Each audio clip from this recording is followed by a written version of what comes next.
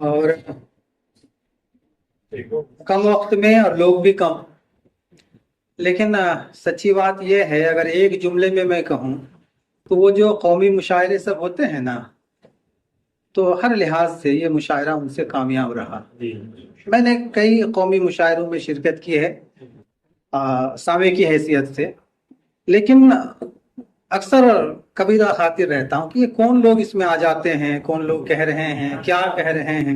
ہاں، لیکن آج جو مجلس شروع ہوئی تو شروع ہی میں انجینئر جاوید صاحب تشریف لائے، اور ان کے ہاں جو ایک طرح سے کہہ لیجئے کہ بے باک لہجہ تھا ان کا. بہت ہی بے باک، جرأت مندانہ اور بہت ہی شاندار لہجہ.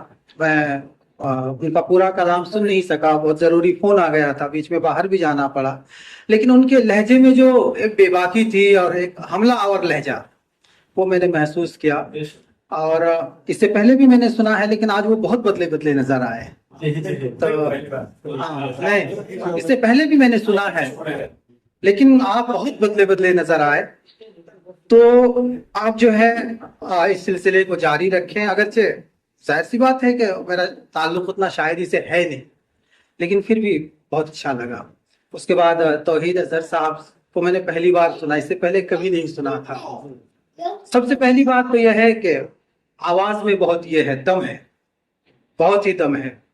اور کلام میں بہت ہی، یعنی لگ نہیں رہے ہیں کہ یہ کتنے سال کے ہوں گے، 25 سال یا 30 سال کے نوجوان ہیں.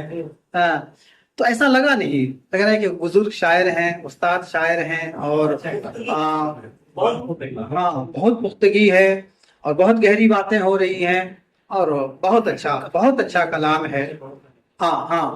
بڑی محنت سے انہوں نے کلام کہا ہے. بہت بہت شکریہ. اس کے بعد سارم صاحب ہیں. تو سارم صاحب ہمارے مہمان بھی ہیں اور ہم میزبان بھی ہیں، اور ایک خوش کلام، خوش گفتار، خوش پوش، خوش اخلاق اور خوش آواز اور بہت اچھے دوست. میں بہت خوش نصیب ہوں اس معاملے میں کہ میرے پاس دوستوں کی ایک چنندہ ٹیم ہے، اور اللہ نے کبھی چاہا تو ایک حلقہ احباب کا سلسلہ چلے گا. انشاءاللہ وہ میرے ذہن میں ہے. پچھلے کچھ سالوں سے میں سوچ رہا ہوں. کبھی میں ٹرین کا سفر کیا کرتا تھا تو ایک سلسلہ چلا تھا، تو ایک کتاب کی شکل میں نشان کارواں کے نام سے آ گیا ہے. تو اب جب بھی یہ سلسلہ شروع ہوگا تو حلقہ احباب کے نام سے شروع ہوگا، اور میں امید کرتا ہوں کہ اچھا سلسلہ رہے گا انشاءاللہ. کتاب آنے والی ہے. ہاں، ان کی کتاب آنے والی ہے، مجھے پتا ہے. زیر کتاب کے نام سے، زیر کتاب کے نام سے کتاب آنے والی ہے، تیاری میں. تو اس کے لیے پیش کی مبارکباد ہے. اس کے بعد ظفر شیشاوادی ہیں، میرے بہت عزیز دوستوں میں سے ہیں، اور جو ہے اچھا کہتے ہی ہیں، آواز بھی بڑی اچھی ہے. اور ایک دم دھیمے لہجے میں، بہت زیادہ چیختے نہیں ہیں، بہت دھیمے لہجے میں بولتے ہیں، اور کلام بھی بڑا اچھا رہتا ہے، بہت ہی شاندار کلام رہتا ہے. تو ان کو بھی سنا، اچھا لگا. عزیز الرحمان صاحب کئی بار کہہ چکے ہیں کہ وہ کم کہہ رہے ہیں، تو میں سمجھ سکتا ہوں کہ مشغولیات بہت زیادہ ہیں. ہم لوگ جتنے لوگ بھی یہاں ہیں سب حالات کے مارے ہوئے لوگ ہیں. سب لوگ یہاں حالات کے مارے ہوئے لوگ ہیں، لیکن انہی حالات میں کچھ ٹائم نکالنا پڑے گا. اور سچائی یہ ہے کہ یہی سب ہم لوگوں کی پونجی ہے، ورنہ ہمیں جانتا کون؟ ہمیں کون جانتا ہے؟ یہی سب ہم لوگوں کی پونجی ہے. اگر یہی تھوڑا بہت کر لیں گے تو اسی بہانے سے دو چار لوگوں تک پہنچ سکیں گے اور ایک کام ہو سکے گا. اس کے بعد پھر ثانی صاحب، کافی دنوں سے جانتا ہوں. ان کو شاید شکایت رہتی ہوگی کہ فیس بک وغیرہ میں کمنٹ نہیں کرتا ہوں. لیکن سچی بات ہے نا، فیس بک میں رہتا ہوں، دیکھتا ہوں، لیکن میں کمنٹ نہیں کر پاتا ہوں. کیونکہ کیا ہوا، جب میں تھکتا ہوں کام کرتے ہوئے تو 2 منٹ کے لیے کھول لیا، سرسری طور پر دیکھ لیا، تو میں وہ تھکنے کا جو سمے ہوتا ہے، جو آرام کرنے کا سمے ہوتا ہے، اس سمے تھوڑا سا دیکھ لیا. اتنا سرسری انداز میں دیکھتا ہوں کہ میں کچھ کمنٹ وغیرہ نہیں کر پاتا ہوں. لیکن عام طور پر سب لوگ نگاہ میں رہتے ہیں، کون کیا کہہ رہے ہیں، کون کیا لکھ رہے ہیں. مضامین لمبے مضامین نہیں پڑھ پاتے ہیں، لیکن کم سے کم اس کی جو ہیڈنگ ہے، عنوان ہے، وہ تو ذہن میں رہتا ہی ہے۔ تو اللہ نے ان کو بہت عزت دی ہے، سچائی یہ ہے کہ اللہ نے بہت عزت دی ہے، اور ہم لوگوں کی دعائیں ان کے ساتھ ہیں، کافی آگے تک جائیں گے انشاءاللہ۔ دل سے ان کے لیے ہمیشہ جب بھی ان کا کلام پڑھتا ہوں، کئی میرے دوست ہیں جن کا میں نام نہیں لے سکتا، لیکن ان کے لیے دل سے دعائیں نکلتی ہیں، ان میں سے ثانی صاحب بھی شامل ہیں۔ اللہ تعالیٰ ان کو اسی طرح ترقی عطا کرے۔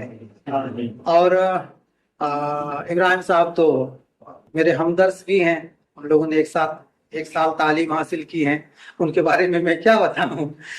ہم لوگ جس وقت پڑھنے کے لیے گئے تھے تو اس وقت تو وہ فراٹے سے عربی بولتے تھے، عربی چہارم میں تھے، تو ہم تو ڈائریکٹ گاؤں سے فوقانیہ کر کے ابا نے لے جا کے وہاں جب ایڈمیشن ہو رہا تھا تو کہا تھا کہ مکتب چہارم میں چلنے لائق ہے، تو ابا نے کہا کہ نہیں، مکتب چہارم نے عربی چہارم میں رکھیے، اور زبردستی عربی چہارم میں ایڈمیشن کر دیا۔ تو حال کیا ہوگا، تو 2-3 سال تو کافی محنت کرنی پڑی، لیکن اس وقت یہ فراٹے سے عربی بولتے تھے۔ رائٹنگ بڑی سندر ہے، شخصیت بہت سندر ہے، ہر اعتبار سے بہت سندر، بہت پیاری شخصیت، بہت باغیرت شخصیت۔ غیرت مند لوگ بہت کم ملتے ہیں، خودداری۔ لیکن وہ ان کی شاعری المیہ والی شاعری ہے، یہ ایک غزل مجھ کو نہیں دکھا سکتے جس میں فرقت کا ذکر نہ ہو۔ یہ فرقت کے حالے سے باہر نہیں نکل پا رہا ہے۔ لیکن اس کے علاوہ اتنا شاندار کہتے ہیں، بہترین کہتے ہیں۔ ہم لوگ تو چاہیں گے کہ جلدی سے جلدی نسیم حرمین آئی، اور وہ تیرے نام بھی ہاں تیرے لیے بھی بہت جلدی آ جائے، تیرے لیے آ رہا ہوں، تیرے لیے ایسا نام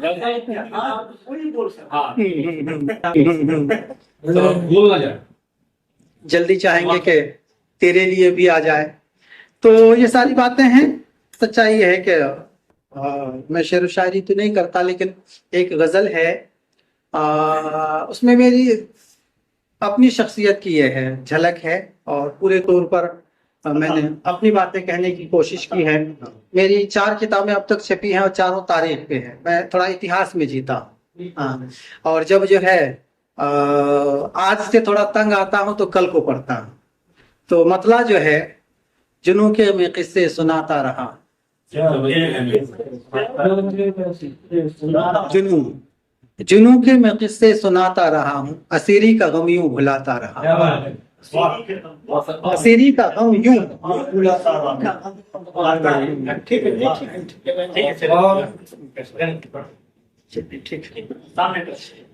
تو یہ سچائی ہے، اس کو لوگ پیدرم سلطان پوت بھی کہہ سکتے ہیں، لیکن سچائی یہ ہے کہ اتہاس پڑھنا چاہیے، اس سے ایک جذبہ ملتا ہے آگے بڑھنے کا۔ اسی کو سامنے رکھ کے میں نے کہا ہے کہ جنوں کے میں قصے سناتا رہا ہوں، اسیری کا غم یوں بھلاتا رہا ہوں۔ اور میری زندگی تھوڑی الگ ہے، میں چلتا بھی تو بہت تیز چلتا ہوں، اور کہیں رکتا کم ہوں۔ تو میں نے کہا ہے کہ نہ گزری کہیں بھی میری چند راتیں، میری چند راتیں، ہاں، نہ گزری کہیں بھی میری چند راتیں، سفر سے میں رشتہ نبھاتا رہا، نہ گزری کہیں بھی میری چند راتیں، سفر سے میں رشتہ نبھاتا رہا ہوں۔ اور میری محنتوں میں نہ ہو رنگ کیسے، میری محنتوں میں نہ ہو رنگ کیسے، جگر کے لہو کو ملاتا رہا، ملاتا رہا۔ میری محنتوں میں نہ ہو رنگ کیسے، جگر کے لہو کو ملاتا رہا ہوں، اور صدا ایک نسبت میرے کام آئے، ہاں، صدا ایک نسبت میرے کام آئے، یہ احساس دل میں جگاتا رہا، صدا ایک نسبت میرے کام آئے، صدا ایک نسبت میرے کام آئے، یہ احساس دل میں جگاتا رہا ہوں۔ دیا خار جس نے اسے پھول دے کر، دیا خار جس نے اسے پھول دے کر، ہے عادت میری مسکراتا رہا ہوں.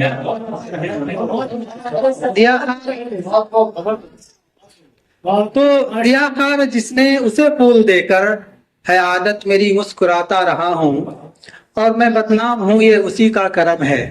یہ اسی کا ہاں، میں بدنام ہوں یہ اسی کا کرم ہے جسے رسم الفت سکھاتا رہا ہوں. اور سچائی یہ ہے کہ ہمارے بغیر بھارت کا اتہاس ادھورا ہے.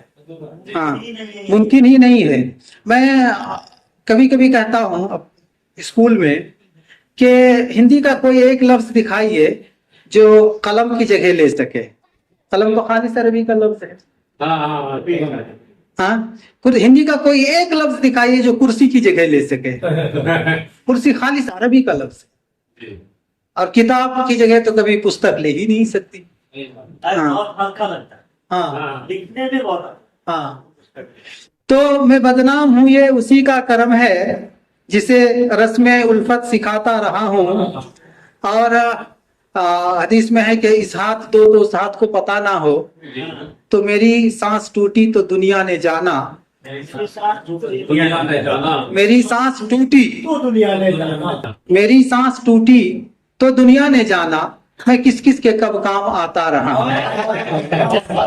ہم لوگ کے یہاں ہوتا ہے کہ ہم لوگ مردوں کو کسی مردوں کی تعریف کرتے ہیں. جب تک زندہ ہے تو آدمی بہت برا ہے، جب مر گیا تو کیا نہیں پاتا سور بنکر ہی سے پتا نہیں، لیکن جب مر گئے تب پتا چلا کہ شیر شوادی کا شیر بنا. ہاں. میں بدنام ہوں یہ اسی کا کرم ہے جسے رسم الفت سکھاتا رہا ہوں. میری سانس ٹوٹی تو دنیا نے جانا، میں کس کس کے کب کام آتا رہا ہوں. اور یہ ہے مختہ ہے کہ کٹی زندگانی یہ کٹیا میں سائر. کٹیا میں سائر، کٹی زندگانی. میرے جو کلوز لوگ ہیں وہ جانتے ہیں کہ گھر میں میرے ابا نے 2004 میں مجھے پھوس کا ایک روم بنا کے دیا تھا، اسی میں آج تک رہتا ہوں. ہاں، تو کٹی آپ نکل جاتے ہیں تو اسی میں رہتے ہیں. کٹی زندگانی یہ کٹیا میں سائر، میں محلوں سے خود کو بچاتا رہا. جزاکم اللہ تعالی خیرہ.